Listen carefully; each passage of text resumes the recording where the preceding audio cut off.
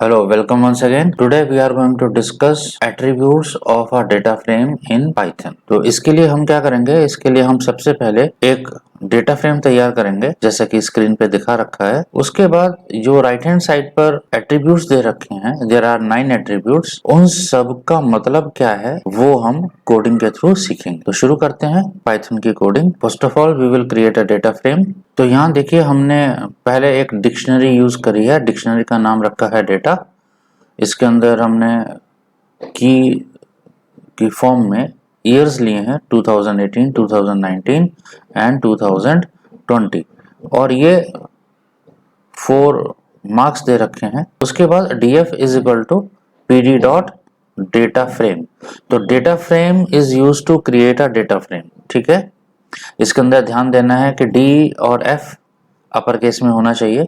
यहाँ हम देंगे डेटा जो ऊपर हमने डिक्शनरी की फॉर्म में यूज किया है, और index is equal to accountancy IP economics English. तो इंडेक्स में हमने एक लिस्ट प्रोवाइड कर दी है ताकि रो इंडेक्सेस आपको नजर आ जाएं। Print DF. अब इसको मैं रन करके दिखा देता हूँ आपका डेटा फ्रेम कैसा नजर आएगा। यहाँ देखिए आपका डेटा फ्रेम बन चुका है जैसा कि शुरू में हमने डिस्कस किया था कि इसी टाइप का डेटा फ्रेम तैयार करना है।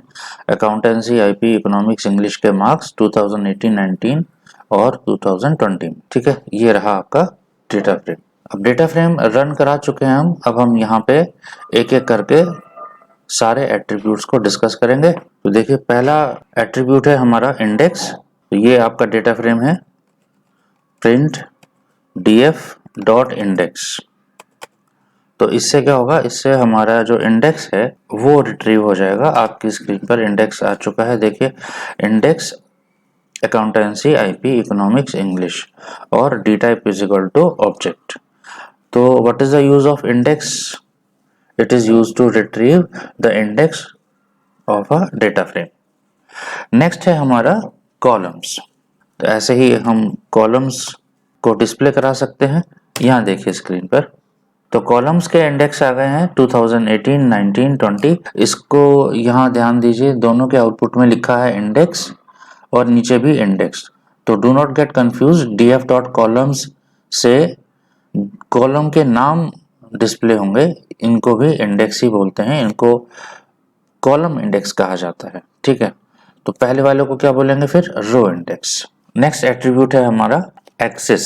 इससे एक्स एक्सिस का इंडेक्स और वाई एक्सिस का इंडेक्स यानी रो इंडेक्स और कॉलम इंडेक्स दोनों डिस्प्ले हो जाएंगे। ये आपकी स्क्रीन पर नजर आ रहे हैं। Index accountancy IP economics English, ये हो गया आपका रो इंडेक्स। और ये राइट हैंड साइड पे इधर देखिए 2018, 2019, 2020।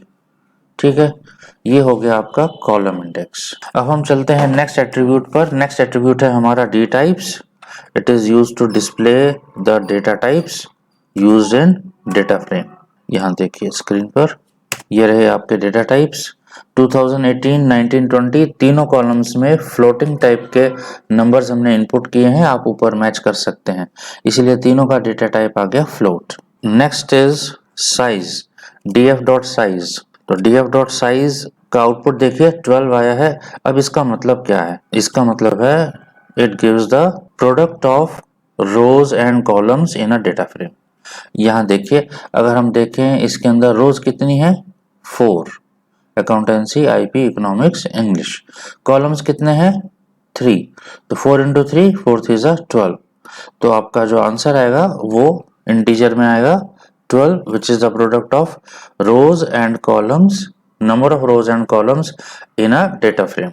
नेक्स्ट है हमारा शेप। यहाँ देखिए print df dot shape. Shape भी एक तरह से साइज बताता है कि कितनी रोज हैं और कितने कॉलम्स हैं, पर ये प्रोडक्ट की फॉर्म में नहीं देता, ये एक टपल की फॉर्म में देगा। यहाँ देखिए आउटपुट 4,3, 4 रोज एंड 3 कॉलम्स। तो एक बार ध्यान से देख लीजिए, df डॉट साइज से क्या आएगा? Number of rose multiplied by number of columns, यानी प्रोडक्ट आएगा, दैट इज 12। पर df डॉट शेप से आपका टपल आएगा 4,3, जिसके अंदर रोज अलग और कॉलम्स अलग। तो नेक्स्ट एट्रीब्यूट है आपका एंडिम। एंडिम stands for number of dimensions. जैसे कि आपको पता है कि डेटा फ्रेम के अंदर रोज और कॉलम्स दोनों हैं, तो ये 2 डायमेंशनल डेटा स्ट्रक्चर है, इसीलिए इसका जो आउटपुट आएगा वो आएगा 2। ठीक है, नेक्स्ट है हमारा एम्प्टी। तो एम्प्टी ये चेक करके बताएगा कि डेटा फ्रेम आपका खाली है या नहीं। तो जैसे कि यहाँ पे आप देख रहे हैं डेटा तो बहुत सारा है, तो इसके अंदर डेटा खाली नहीं है, तो आपका आंसर ट्रू या फॉल्स में आएगा। आंसर हो गया आपका false. Now your last attribute is T, that stands for transpose, जिसके अंदर रोज कॉलम्स में और कॉलम्स रोज में कन्वर्ट हो जाएंगे। देखिए कैसे, प्रिंट डीएफ, ऊपर ओरिजिनल डेटा फ्रेम है आपका अकाउंटेंसी, आईपी, इकोनॉमिक्स, इंग्लिश, तो मैं यहाँ लिखूंगा सिर्फ df.t। तो इससे क्या होगा, ट्रांसपोज हो जाएगा आपका आउटपुट। यहाँ देख लीजिए, रोज कॉलम्स में बदल गए और कॉलम्स रोज में बदल चुके हैं, इसी को बोलते हैं ट्रांसपोज। ठीक है, आई होप ये सारे एट्रीब्यूट्स आपको समझ में आ गए होंगे।